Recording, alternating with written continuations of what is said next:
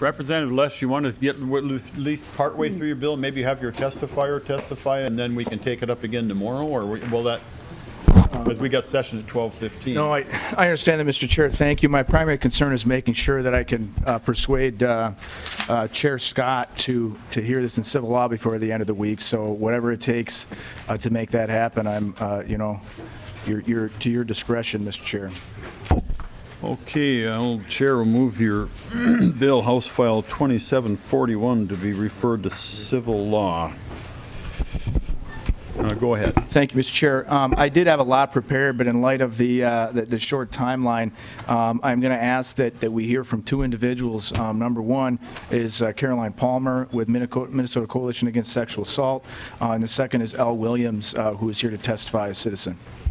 And the chair will move the DE1 amendment in your packet, DE1-1, I guess it is. Thank you, Mr. Chair. And I would, if I could, prior to you moving the DE1 amendment, there are two oral amendments that I would like to make on the DE1 amendment in consultation with MnCASA and also with the Minnesota Coalition of Defense Attorneys, some other individuals, Mark Ozzie, who has worked on this bill. That is to, on the DE1 amendment, strike the new language on line 5.15. 5.15, okay. And the second modification is to strike the language on 8.30 to 8.32, all the new language, and renumber the sequence accordingly. Okay, has staff got that?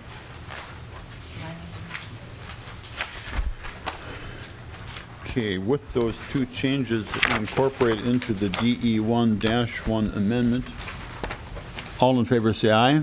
Aye. Opposed?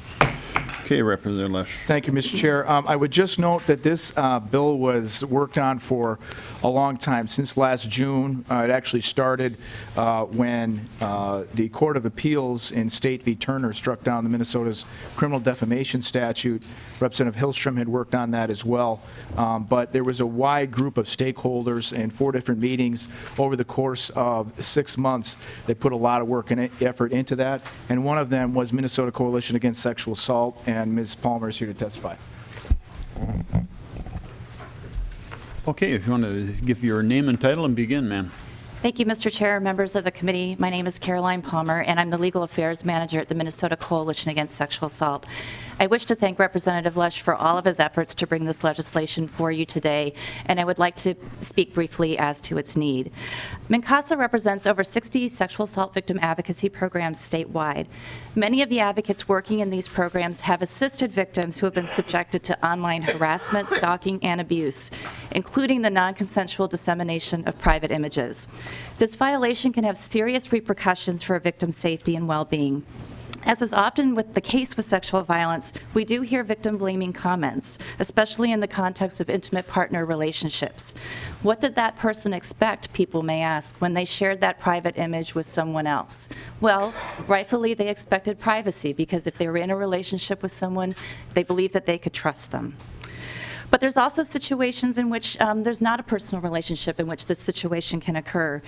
Just recently, we heard stories about a hacker hacking into the private accounts of an Oscar-winning actress, Jennifer Lawrence, and distributing nude photos of her into the internet.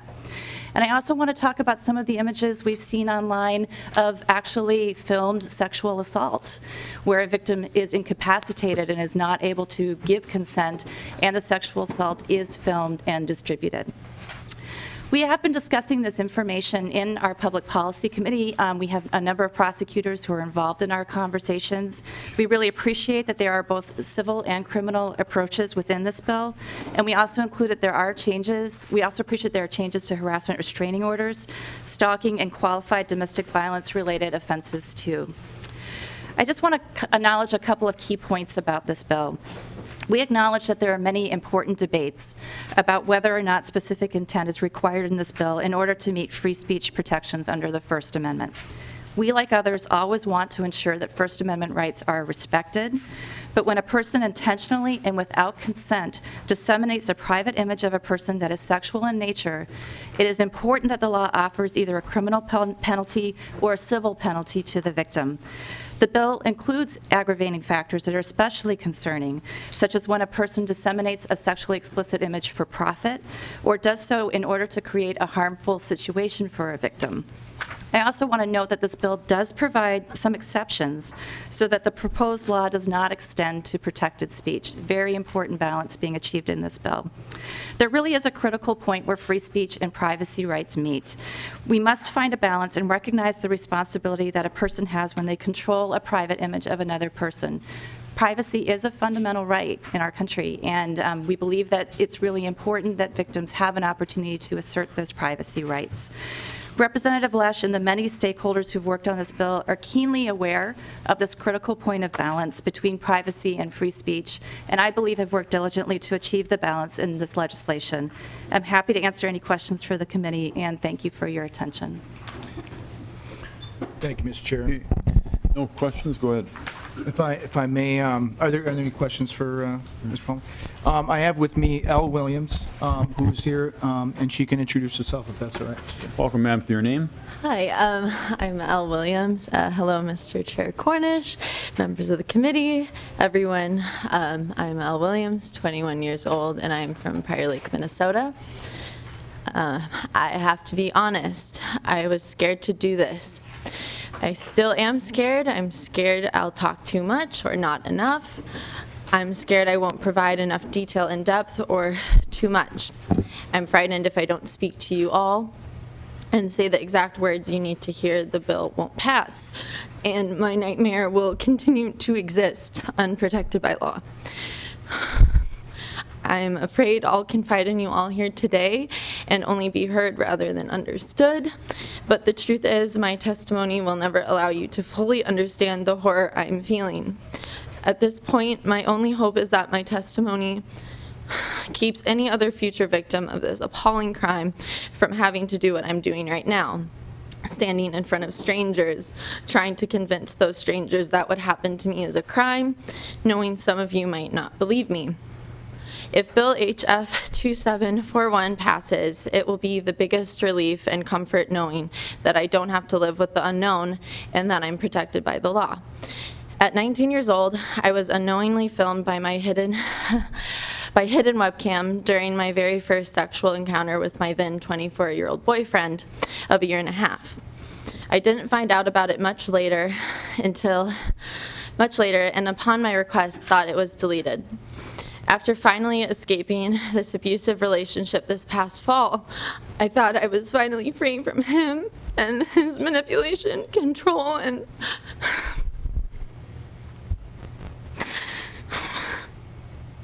verbal and physical abuse.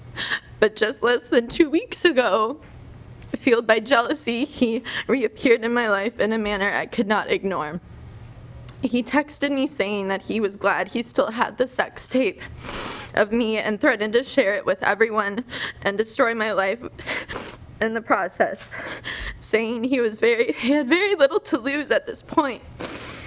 That was and is still very terrifying to me. These are not just idle threats. I know what he is capable of doing, and I'm once again in fear, just a different type of fear. I'm here today sharing my story in hopes that you can empathize with me and any other women who have and will be put through this situation, this unfortunate position. Please do the right thing and take action. This could happen to someone who is near and dear to you. Thank you very much. Hey, thank you, ma'am, for your testimony. I know it was hard. You did a good job. Representative Lesch. Mr. Chair, first of all, thank you very much for being able to do that. And I don't know if there's anything I could say. I have mountains of evidence and legal arguments, Mr. Chair, that would bore you and then wouldn't hold a candle to what Ms. Williams was just able to convey to you. She's able to come forward, but I can't even tell you how many victims there are through the state of Minnesota for whom this will be an important safeguard and relief. So the broad coalition of folks that have worked on this bill, I am still working with. If there are any tweaks to be made, I'd ask your support to send it to civil law. If there is a fiscal note or anything else, we'd be happy to sit before you and answer questions before this committee as well, Mr. Chair, at which time I could go into much greater detail and depth of the legalese of the arguments and also some stories which are very important for you to hear. Thank you, Mr. Chair. Okay, we have one other person on the list, Theresa Nelson, the Director of ACLU of Minnesota.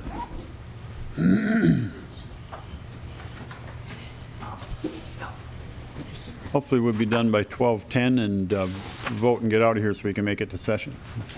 Ma'am, if you give your name and title again for the record. Mr. Chair, members of the committee, my name is Theresa Nelson, and I'm Legal Director for the ACLU of Minnesota. I will try to be as brief as possible. We're a statewide nonprofit organization with over 15,000 members statewide, and our mission is to protect constitutional rights. I appreciate the opportunity to talk to you today about House File 2741. We share Representative Lesch's concerns and the concerns brought by other testifiers about a form of speech that has come to be known as revenge porn. Now, it's not just about speech, it is about women. And that's because the vast majority of revenge porn is posted online and shared against the wishes and consent of women. It's not only the women that they're featured in these photos and videos, it's that women's bodies are disproportionately a commodity for others' entertainment. And images of nude women, consensual or not, spread like wildfire when they're posted online. But even those most well-intentioned laws and laws that regulate conduct that we find reprehensible can easily run afoul of the First Amendment if they aren't carefully crafted with the Constitution in mind. And we're not doing victims of revenge porn any service by passing a law that can't be upheld in court and that will let people go free. So the Constitution often requires us to take difficult positions and make tough calls, and so even though we condemn the reprehensible conduct that this bill is trying to regulate, we have concerns, and we also recognize Representative Lesch's work to try and strike a balance between this conduct and First Amendment views. Our concern is that we believe that this bill, as it is vulnerable to a constitutional challenge and has the potential to be overturned. I just want to explain briefly why. So House File 2741 imposes criminal penalties that are based on the content of the speech. And when a law punishes constitutionally protected speech based on its content, that law is presumptively invalid unless the government can show that the law passes strict scrutiny. That means that they have to show that the law is narrowly tailored to serve a compelling government interest that cannot be served through a less restrictive means. Now, that's a high bar because, as the U.S. Supreme Court noted in Ashcroft v. ACLU, quote, content-based prohibitions enforced by severe criminal penalties have the constant potential to be a repressive force in the lives and thoughts of a free people, end quote. So in the context of criminalizing revenge porn, a law is going to have the best chance of succeeding and being upheld if it focuses on invasions of privacy that are malicious and done with actual knowledge of the privacy invasion. And I believe that this bill does not do that. And here's a couple of reasons why. First of all, a defendant can be convicted even if there's neither intent to cause harm nor any actual harm done. For an image to be restricted, the person pictured, it's not required that they have a reasonable expectation of privacy under this bill. The bill sweeps in not just malicious invaders of privacy, but also countless internet users who innocently repost online images. And the central element of the offense, that the person knows or should have known that the image was private, or that the individual depicted did not consent to disclosure, that's a negligence standard, and negligence standards are disfavored by courts when it comes to restricting speech. And so without having specific intent, a harm requirement, a knowledge and privacy language to narrow this bill's reach, it is vulnerable to being found unconstitutional. And so we respectfully urge this committee and Representative Lesch to continue working on the bill to ensure that it's closely tailored to addressing that malicious and harmful invasions of privacy that you've heard in this room today, and we strongly believe that we can protect women while still enacting laws that protect the Constitution. Thank you. I'd be happy to answer any questions. Representative Glenn. Mr. Chair, thank you. I guess I feel a little bit ambushed. The ACLU sat at the table in all of our meetings, and we sent out information requesting of certain concerns, and this is the first I've heard of any of those concerns at the table. But I would just briefly note that many of the arguments raised by Ms. Nelson were refuted in the memorandum that you have sitting in front of you penned by Professor Marianne Franks, the University of Miami law professor with the Cyber Civil Rights Initiative, specifically noting that in Snyder v. Phelps in 2011, the court suggested that a matter is purely private if it does not contribute to the free and robust debate of public issues or meaningful dialogue of ideas. And they stated that private matters where videos of an employee, for example, engaging in sexually explicit acts did not address a public concern, and so do not fall into the category demanding strict scrutiny that was just suggested by Ms. Nelson. And this is a frustration, I think, on both sides that we tried to work out and arrive at throughout the course of the working group hearings.